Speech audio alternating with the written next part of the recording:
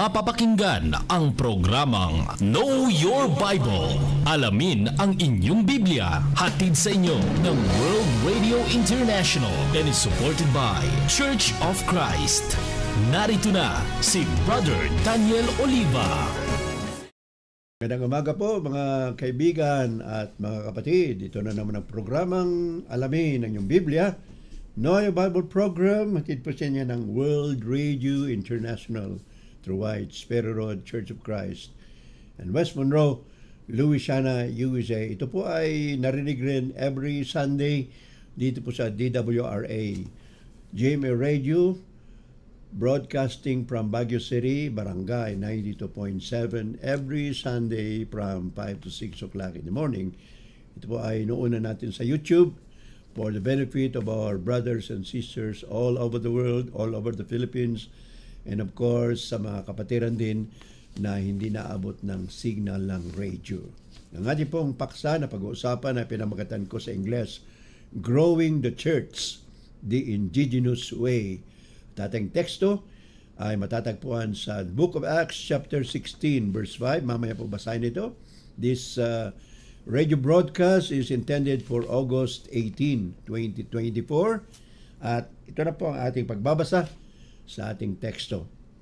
Dito sa Acts 16 verse 5, sabi ng writer na si Lucas, "So the churches were strengthened in the faith, and they increased in number daily." Bago natin ipaliwanag yan, mga kapatid, ibig nating batiin ang ating mga kasama sa ating radio broadcast and of course sa evangelism all over the Philippines, especially here in Luzon, Pangasinan, La Union, Nueva Ecija, Pampanga, and other places na nararating po natin sa ating pamamasyal at pagbibisita sa different congregation. I would like, of course, to acknowledge my number one sponsor, ang World Radio International through White Sparrow Road Church of Christ in West Monroe, Louisiana.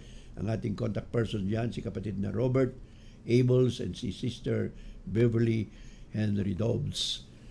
Pasalamatan din natin ang ating mga partners sa Christian World Ministry, isang online Christian magazine headed by Brother Art Madlaing, Terry Dennis, James Kitoriano, John Jeffrey, and of course, Deborah Quinones Marcos. Mga partners din sa evangelism, sa radio, and at the same time sa YouTube, and of course, actual mission outreach natin, kapatid na Rico J. Canlas of San Fernando City Congregation in Pampanga, Brother June and Dina Ibita Kaugiran of Metro Manila Congregation, kapatid na Rose and June Talasco dyan sa Ontario, Canada, and other sponsors and partners. I'd like to greet all congregation here in Baguio, Pangasinan, La Union, Nueva Ecija. I would like to greet my sister Evelyn in Cebu, Mandawi City, Cebu, with son Neil Imperado, managing the Bear Valley Bible Institute. Mga kapatiran sa Bacolod, Negros area, Panay Island, lalo na si kapatid na Nards Tuanyo dyan sa Dao Capiz with his wife, Bibing. And dyan sa Mindanao, I would like to greet Brother June Liado. Of course, nandyan din si Primo Rivera sa Mindanao area at mga kapatiran dyan sa parting Mindanao. Jeddah also, congregation, kapatid na Jonathan Sareno, Henry Katig, and Sister Grace Tuanyo. Dumako na po tayo sa ating discussion on the subject, Growing the Church, the Indigenous Way. Paano po pinalalago, pinararami ang miyembro ng Iglesia ng Panginoong Jesucristo? At ito po ay sa mamamagitan ng sinasabi nating the Indigenous Way. Acts 16 verse 5. Basahin natin sa wikang Pilipino, starting with verse 4, ang ating pong teksto. Sa bawat lungsod na kanilang dalawin, ipinaalam nila sa mga kapatid ang pasya ng mga apostoles at mga pinuno ng iglesia sa Jerusalem at inuutos na sundin yun. Ito yung tungkol po sa huwag kumain ng mga iniaalay sa mga Diyos-Diyusan, pati na rin ang huwag na kumain ng dugo.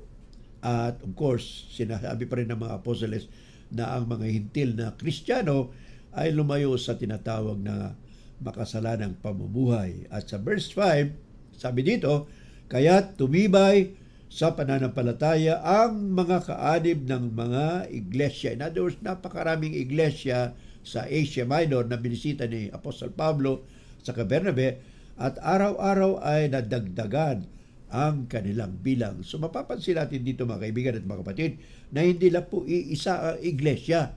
Yung mga iglesia dito, ito po yung mga lokal na iglesia. Kung sa Catholic Church, ang tawag nila dito, parish. Isang parish, isang lokal na kongregasyon po yun. So yun po ang ibig sabihin ng local church o sa ibang termino, sa ibang religious group, ang tawag nila dyan ay parish. Now, sa ating pong introduction, the individual or local churches of Christ are expected to grow as the years go by. So ang isang Kristiyano, pati na rin ang mga lokal na iglesia ng Panginoon, ay inaasahang lumago sa paglipas ng panahon. Ano pong sinasabi ng Biblia? Basahin po natin sa sulat ni Apostol Pedro, sa 1 Pedro Kapitulo 2, talatang 2. Ganito po ang sinasaad sa wikang Ingles. Sabi ni Apostle Peter, as newborn babes, desire the sincere milk of the word that you may grow thereby. 1 Peter chapter 2 verse 2.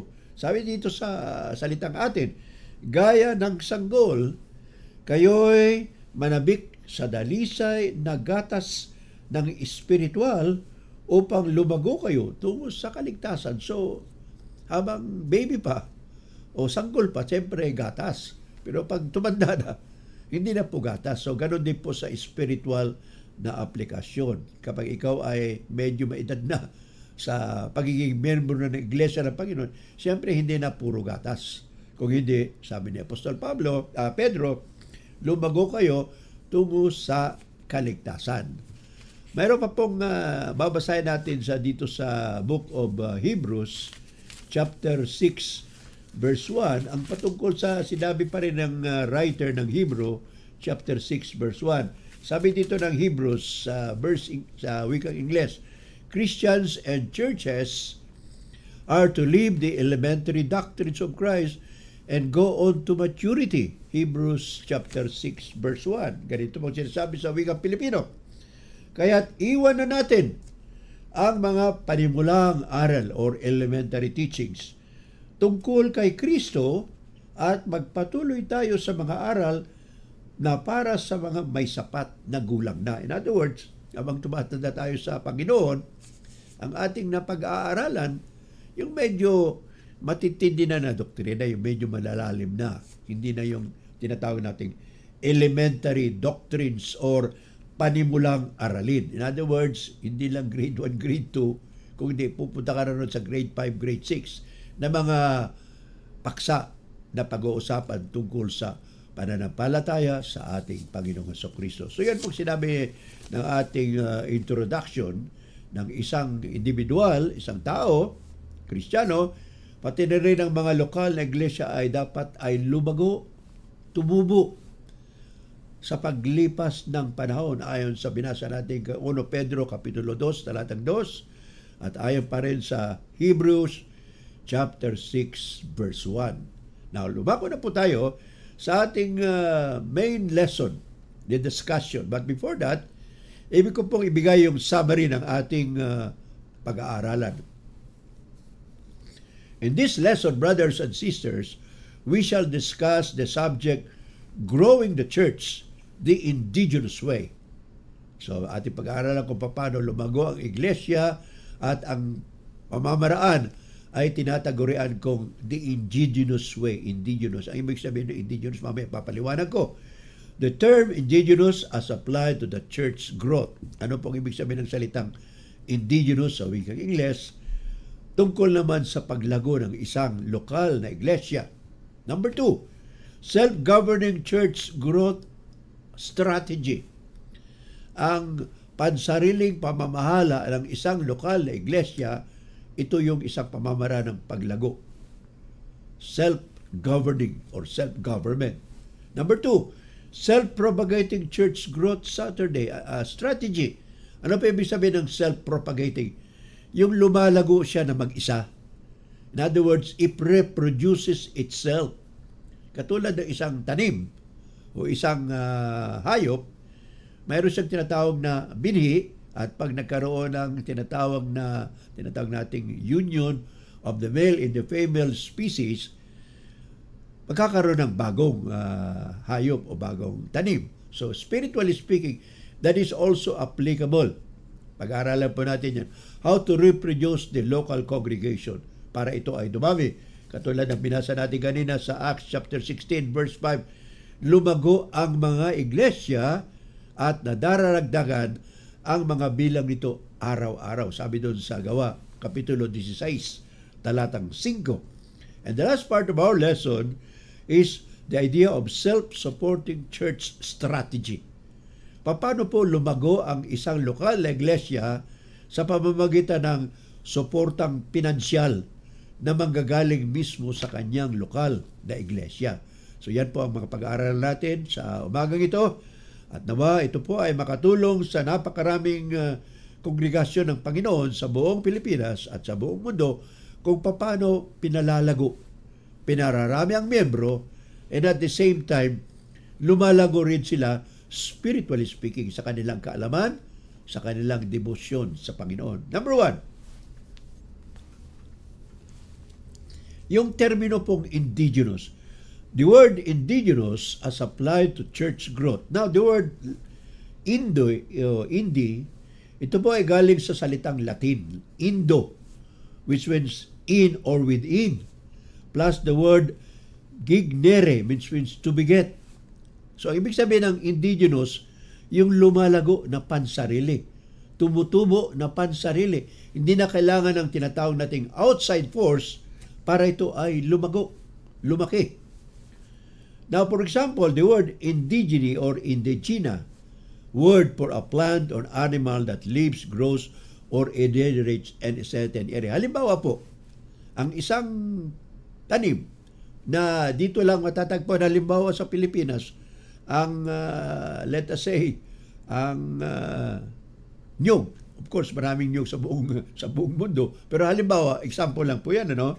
Halimbawa, ang nyug o coconut, masasabi natin isang punong kahoy na lumalaki, tumutubo, nabubuhay sa isang lugar lamang. Sabihin na natin Pilipinas. So, example lang po yan, mga kaibigan at mga kapatid. So, the word indigenous, brothers and sisters, applies to that which is not only native, but which has never been introduced or brought from elsewhere. Ano po ibig sabihin ng indigenous? Yung hindi lang po tinatawag na katutubo sa isang lugar, kung hindi ito isang animal, isang hayop, isang damo, isang tanim o isang punong kahoy na hindi po nanggaling sa ibang lugar. In other words, nung pumunta ka sa isang puok na yon, nandoon na yung tanim na yon, nandoon na yung hayop na yon, nandoon na yung punong kahoy na, at nandoon na yung tao. For example po, mga kaibigan at mga kapatid, nang pumunta yung mga Kastila sa Pilipinas, may natagpuan na silang mga tao dito. Yung tinatawag natin the indigenous peoples sa wikang Ingles. Pero sa wikang Pilipino, ang tawag doon sa nila ay mga katutubo. And the Spaniards have a term for that. They call them Indios. Ano pong ibig sabihin ng Indios? Mga katutubo na tao na natagpuan nila dito sa Pilipinas. And of course, during that time, hindi pa tinatawag na Pilipinas. They have another name. Naging Pilipinas lang after later on ipinangalan ng discoverer or founder of the Philippines, si Magellan natin kasama niya, and they named after King Philip of Spain. So panahon na yon, ang hari ng Espanya ay si Haring Felipe. Kaya ipinangalan po ang Pilipinas kay Haring Felipe. The word indigenous churches therefore are those suited to local culture and led by local Christians. So pag sinabi natin indigenous church, katutubong mga iglesia, Ito ay iglesia na angkop sa kultura ng isang lugar at ang mga namumuno na mamahala dito ay mga lokal na miyembro ng iglesia, mga lokal na Kristiyano. Ang ibig pong sabihin, kung maaari, pag sinabi ng indigenous, hindi po yung mga banyaga na namamahala, nangangaral, pati rin ang nagsusuporta sa lokal na iglesia. In other words, purely Pilipino, purely na katutubo sa pagtuturo, sa pamamahala, sa pagpapalago, pagpaparami, pati na rin ang suporta ng isang lokal na iglesia. Yun po ang ibig sabihin ng salitang indigenous. Now, let's go to the Bible. Let's go to the second part of our lesson. Self-governing church strategy. Ang pamamahala ng isang lokal na iglesia na ang namumuno ay ang mga lokal na miyembro, mga katutubong miyembro ng iglesia. Ito ba ay matatagpuan sa Biblia? Doon po sa Book of Acts chapter 14, verse 23, mayroon pong nakasulat doon ang sinabi ni Lucas sa kanya pong sulat. Basahin mo muna natin sa wikang Ingles. Acts chapter 14, verse 23 says, Luke the writer wrote that Paul and Barnabas ordained elders in every church and then commended them to the Lord. So, si Apostol Pablo, kasama niya si Bernabe, sabi dito sa Gawa 14:23, sa bawat iglesia ay nagtalaga sila ng mga matatandang namumuno at matapos manalangin at mag-ayuno, ang mga ito'y itinagubilin nila sa Panginoon na kanilang pinagkakatiwalaan. So nakita nyo na mga kaibigan at mga kapatid, si Apostol Pablo, si Bernabe, ayon sa sulat ni Lucas, ay nagtalaga sila ng mga matatanda, elders sa wikang Ingles. These elders are also called bishops. These elders are also called presbyters. And these elders are also called overseers. Ang mga different terminus po yan, but referring to the same person or referring to the same office. Tinawag lang matatanda kasi ito ay sinasabi nilang mga senior citizen na o may edad na. Kaya sinabi dito, the ordained elders and every church. Sa bawat iglesia, yung ang ibig sabihin, ini-emphasize mo dito yung bawat iglesia, local congregation. Wala pong elders o mga matatandang namumuno sa isang iglesia lamang sa buong Pilipinas. In other words, there is no such thing as centralization. Ang iglesia ng Panginoong Jesucristo na itinatag niya universally, of course universal yun, pero may mga lokal na congregation at ang bawat lokal na congregation ay may namumuno at ang tawag niya sa English, elders o matatanda. Pwede rin tawaging obispo, pwede rin tawaging presbyter, pwede rin tawaging overseer or bishops. Ayun po sa sinabi dito sa Lucas 14:23.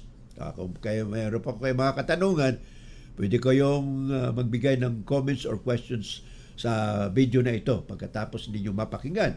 Now, another verse na pwede po nating basahin tungkol sa tinatawag nating local eldership ay matatagpuan sa sulat ni Apostol Pablo sa kay Tito. Alright, sa Book of Titus chapter 1 verse 5, brothers and sisters, ganito mo sinasabi sa wikang Ingles.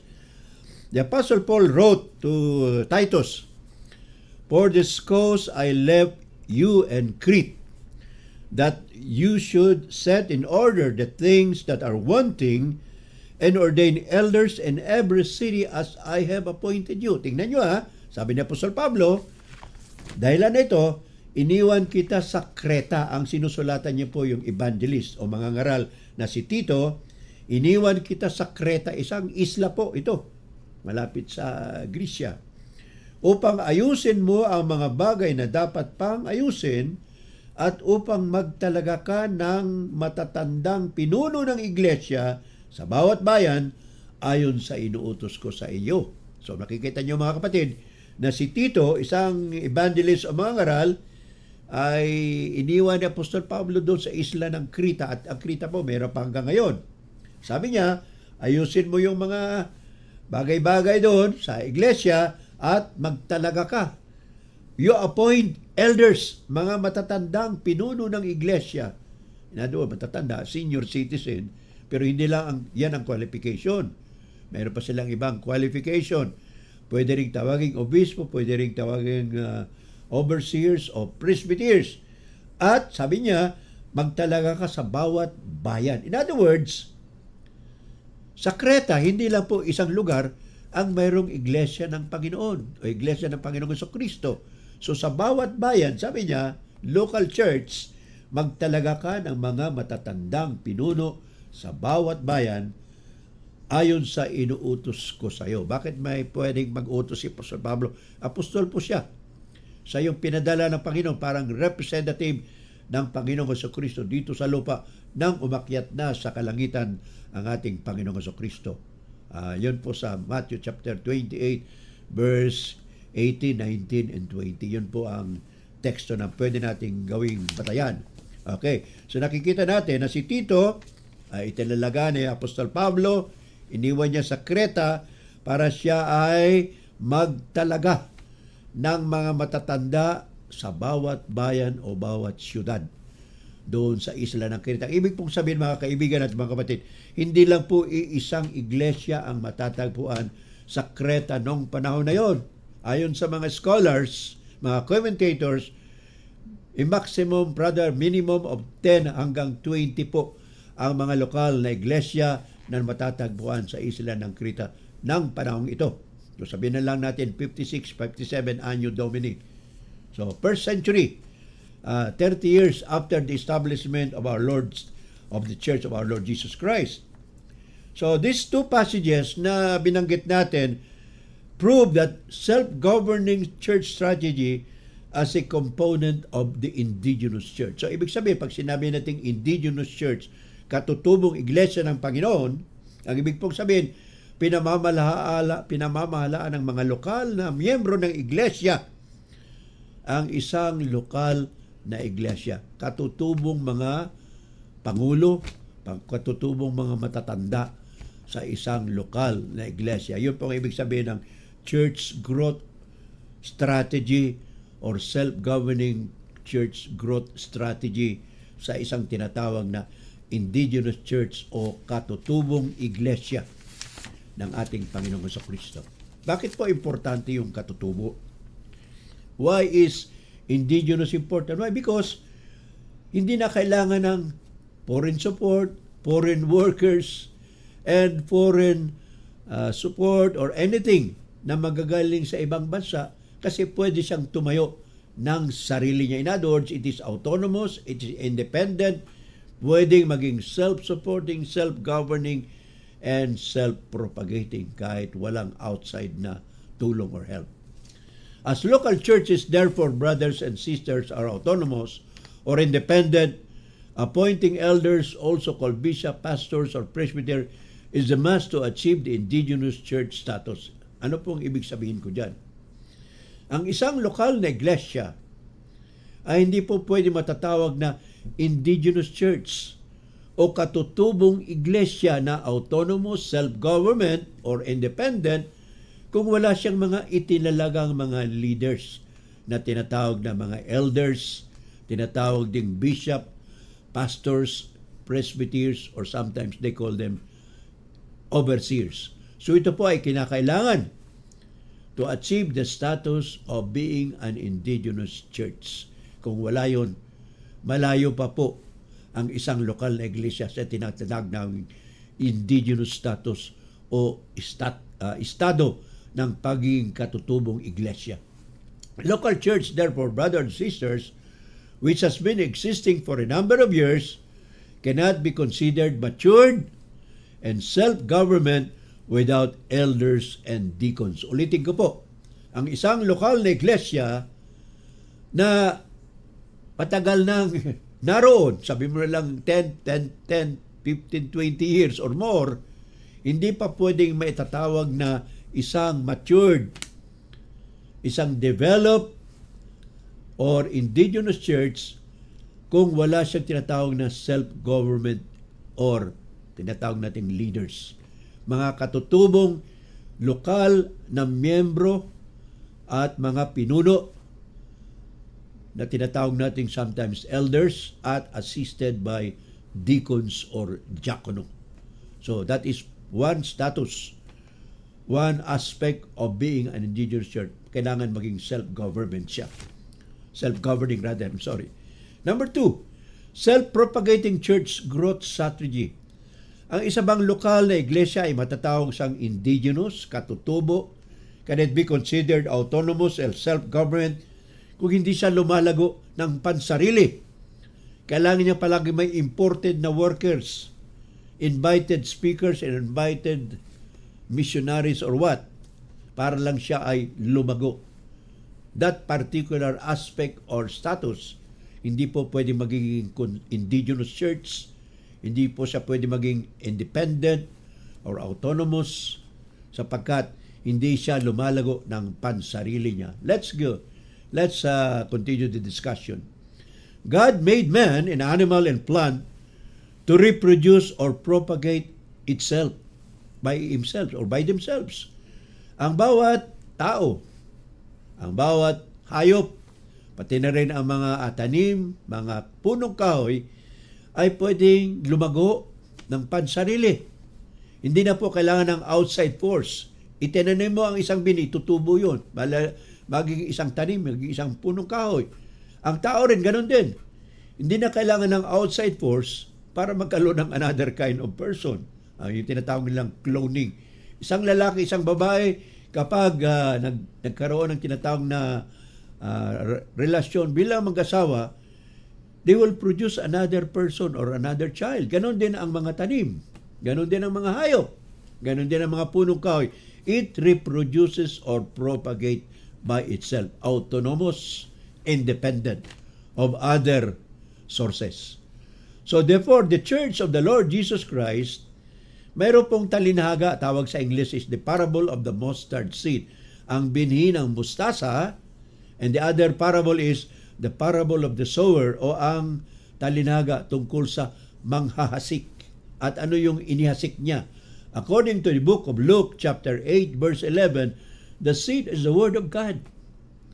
Ang binhi ay ang salita ng Diyos. So pag ito'y tinanim natin sa puso, itinanim sa pag-iisip ng isang tao at ang tao na yun ay receptive, tatanggapin niya ang salita ng Panginoon Diyos, ito po ay lalago, tutubo, lalaki, at hanggang magiging tinatawag nating matured plant, matured person, o matured animal. So ganun po ang nangyayari. Ulitin ko po, ano ang itinatanim? Yung binhi. Ano yung binhi? Sabi sa Lucas 8:11, the seed is the word of God. Ang salita ng Diyos ay siya ang binhi. So spiritually, ganun po ang ibig sabihin po. Physically, pati sa hayop, pati sa tao, ganun din po. Mayroon tinatawag na egg cell at mayroong sperm cell. Pag nag-unite yun according to biology or science, magkakaroon ng another person, magkakaroon ng another plant, another tree, and another animal. So yan pa ay totoo sa spiritual and also sa physical. Now, notice, brothers and sisters, the Great Commission of our Lord Jesus Christ in Matthew 28, verse 19 and 20. Ano sabi ni Kristo? Go ye into all the world and make disciples of all nations, baptizing them in the name of the Father, the Son, and the Holy Spirit, and after that, teaching them to observe all things whatsoever I have commanded. Yun po yung pamamaraan ng paglago, pagpaparami ng mga Kristiyano, pati na rin ang pagpaparami ng iglesia ko. Umayo kayo, gawin yung mga alagad. So bago nyo ginawang alagad, bautismoan, tinuruan nyo muna ng salita ng Diyos. So yun yung bini, the Word of God. After teaching them, you baptize them, and after baptizing them, sabi ng Panginoon sa Kristo, continue teaching them all things whatsoever I have commanded you. And lo, I am with you, even unto the end of the world. So yun po yung Great Commission. Kaya dito sa binasa natin sa Acts chapter 16 verse 5, ano po ang resulta? So the churches were strengthened in the faith and they increased in number daily. So kapag ginawa po natin yan, tinanim yung binhi na yan, na salita ng Diyos, ano mangyari? Magiging malakas ang mga kongregasyon sa kanilang pananampalataya at lalago rin sila, dadami sila sa kanilang bilang ayon sa Gawa 16:15. Therefore, brothers and sisters, the local congregation cannot be considered indigenous if it does not grow by itself. Ang isang lokal na iglesia ay hindi po pwedeng tawaging indigenous, katutubo, automatic, or autonomous, independent, kung hindi siya lumalago ng pansarili. In other words, yung preacher, nung dumating siya doon, 20 yung membro. After 5 years, 20 pa rin ang membro. After another 5 years, 20 pa rin ang membro. Yun po ang isang example o halimbawa ng isang lokal na kongregasyon na hindi lumalago sa pansarili niya. It cannot be considered therefore indigenous. Hindi, it's not autonomous, it's not independent, at hindi siya matatawag na katutubong lokal na iglesia. Let's go to the last part of our lesson. Self-supporting church growth strategy. Ito po yung isa sa mga pinaka-problema ng mga karamihang kongregasyon sa buong Pilipinas, sa other places din. Self-supporting church growth strategy. Ano po ibig sabihin ng self-supporting church growth strategy? Ibig sabihin, yung lokal na iglesia na yan, yung katutubong iglesia na yan, kaya niyang suportahan financially, ang kanyang mga gastusin sa lokal na iglesia na hindi tinutulungan ng mga ibang mga kongregasyon kung maaari, no? So, sa bagay may mga kongregasyon sa New Testament na nagtulungan with regards to financial. Pero yung forever ka na umaasa sa iba, hindi po matatawag yun na self-supporting church, and therefore you cannot be considered an indigenous church also. A believer, according to the Apostle Paul in 1 Timothy chapter 5 verse 8, sabi niya Apostle Paul, dito po sa 1 Timothy chapter 5 verse 8, basa na sa wikang English. Sabi ni Apostle Paul, a believer who does not provide for his own family has denied the faith and is worse than an infidel. Kalahin mo yan. So, ang isang sumasampalataya kay Kristo na hindi niya tinutulungan at sinusuportahan ang kanyang pamilya, lalo na ang kanyang kasambahay, ay masahol pa sa hindi sumasampalataya. Basahin po natin. 1 Timothy chapter 5 verse 8. Ganito po ang sinasabi dito ni Apostol Pablo. Ang sino mang hindi kumakalinga sa kanyang mga kamag-anak, lalo na ang kabilang sa kanyang pamilya, ay tumalikod na sa pananampalataya at masama pa kaysa sa isang hindi sumasampalataya. Akalain nyo yan?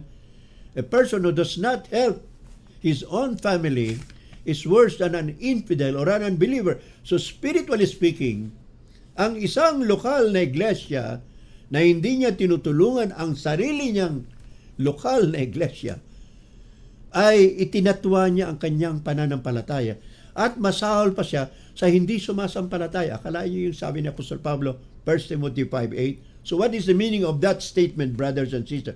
This teaching is applicable to the local church also, and if it is to be considered indigenous. Sa makatuwid, pag ang isang iglesia hindi niya kayang suportahan ang sarili niyang mga gastusin, palagi siyang umaasa sa iba, hingi dito, hingi doon, hindi po matatawag na indigenous. It is not a self-supporting church, it's not independent, it is not autonomous, and therefore it is not indigenous. Hindi po siya katutubo at lokal na iglesia. Some churches cannot afford, therefore they do not support their own workers. Bakit ang mga ibang lokal na iglesia ay hindi nila kayang suportahan ang kanilang mga gastusin? Mayroon pong problema sa pagtuturo tungkol sa pagbibigay. Mayroon pong akong narinig na preacher. Ganito ang sabi niya, habang kino-convert niya ang mga tinutura niya. Sabi niya, doon kayo sa aming iglesia. Kasi doon, hindi pinipilit yung nagbibigay. Hindi 10% o kahit magkano, okay na.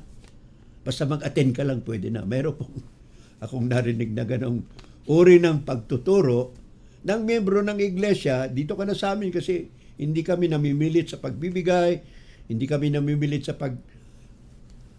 paghingi ng 10% or 10% kahit magkano ibigay mo basta galing sa puso.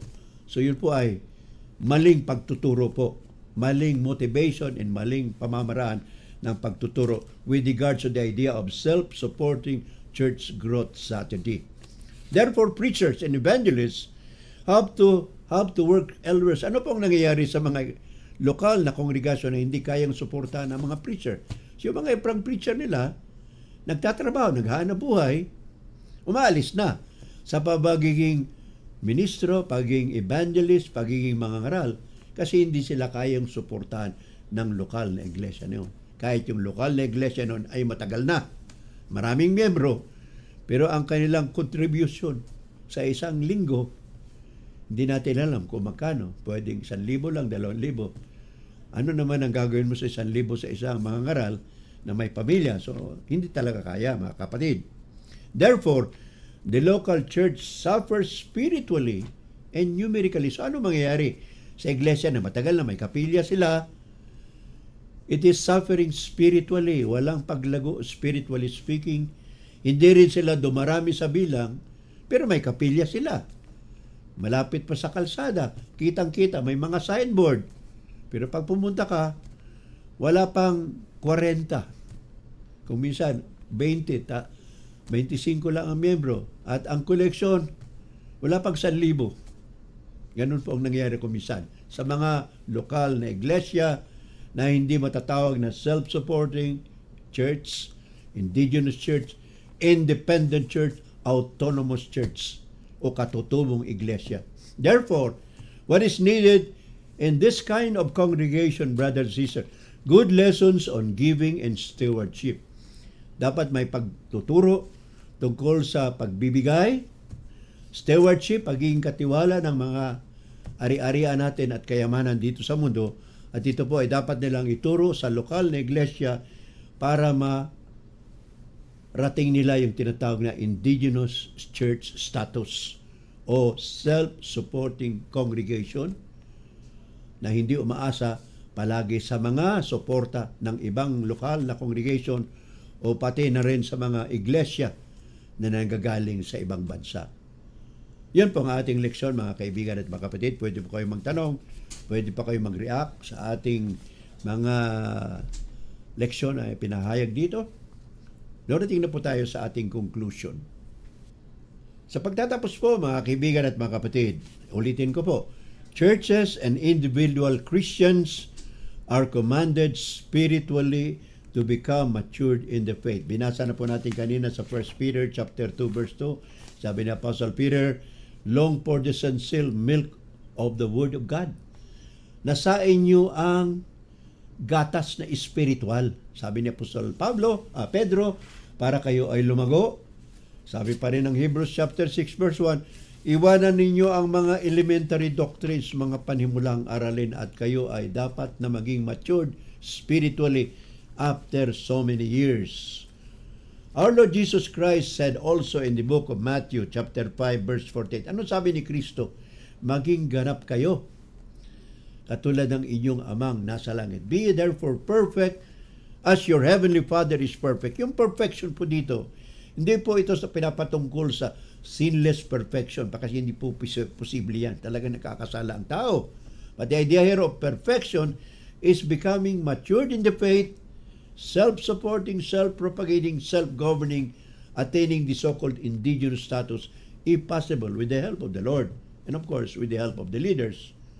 Soon, through the church, the manifold wisdom of God will be made known to the principalities and powers and the heavenly places. Ano pong sabi ni Apostol Pablo sa Efeso Kapitulo 3, talatang 10? Ganito ang sinabi ni Apostol Pablo. Sabi niya, chapter 3, verse 10. Ganito pong sabi niya, ginawa niya ito upang sa pamamagitan ng iglesia ay maipakilala ngayon sa mga pinuno at sa mga may kapangyarihan sa sangkalangitan ang walang hanggang karunungan ng Diyos na hayag sa iba't ibang paraan. Okay, ulitin ko po. Sa wikang Ingles, through the church, sa pamamagitan daw ng iglesia, ang mga napakaraming kaalaman o karunungan ng Diyos ay maipahayag sa mga namamahala, sa mga makapangyarihan sa kalangitan. Ano po, bakit nasabing kalangitan? It refers to the idea of angels, powers on high, pwedeng mga gobyerno, pwede ring spiritual beings, pero ang gusto ng Panginoon, maipahayag ang napakaraming karunungan ng Diyos at ang ginagamit po niya ay ang iglesia, ang lokal na iglesia. How is that possible? And of course, kung ang isang iglesia becomes indigenous, becomes self-supporting, becomes self-governing, and of course, self-propagating. In other words, na-achieve po nila yung indigenous status. So yan po ang ating lesson. Kung kayo po ay hindi pa miyembro ng Iglesia ng Panginoong Jesucristo, kung kayo po ay hindi pa kasapi o kasama sa tinatawag nating indigenous church ng lokal na Iglesia ng Panginoon, kayo po ay aming inaanyayahan, lumapit kayo kay Kristo. Ano sabi ng Panginoong Jesucristo? Believe and be baptized to be saved. Marcos 16:16. Kayo po ay sumampalataya at pamabautismo, kaya kayo ang maligtas. Ano pa?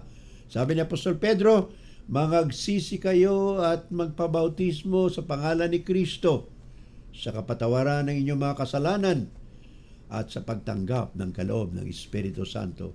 Gawa 2:38.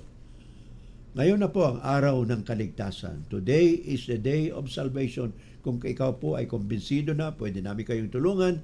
Sabi ni Apostol Pablo, 2 Korintos 6:2, now is the time.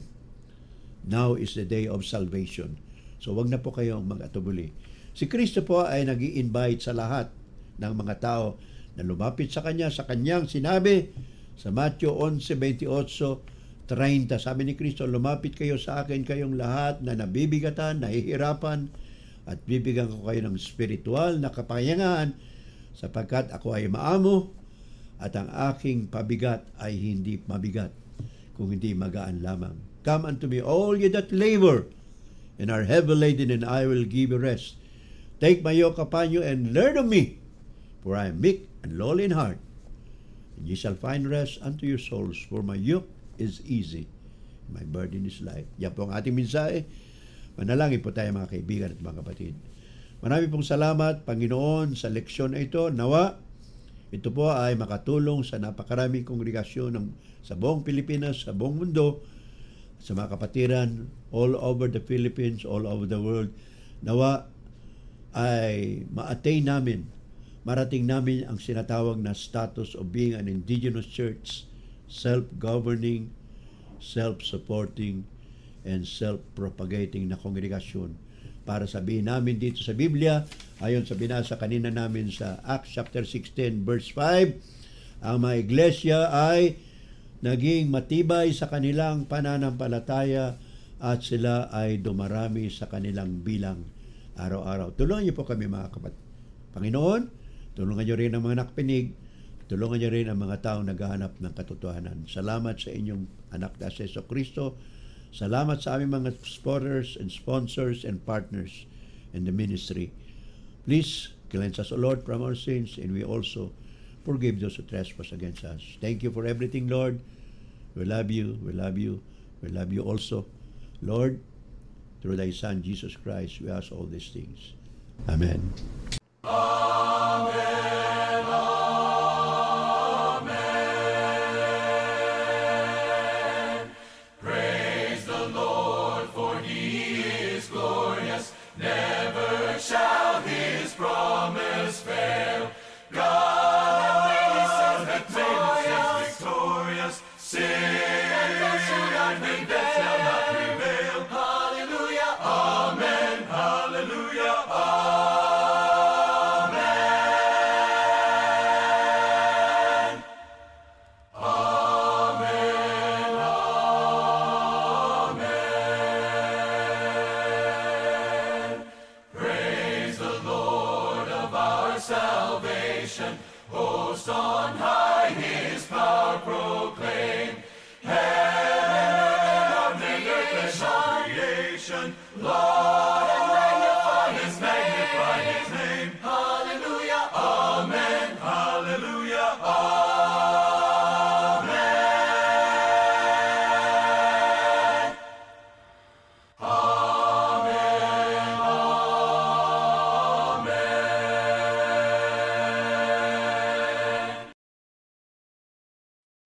Inyong napakinggan ang programang Know Your Bible.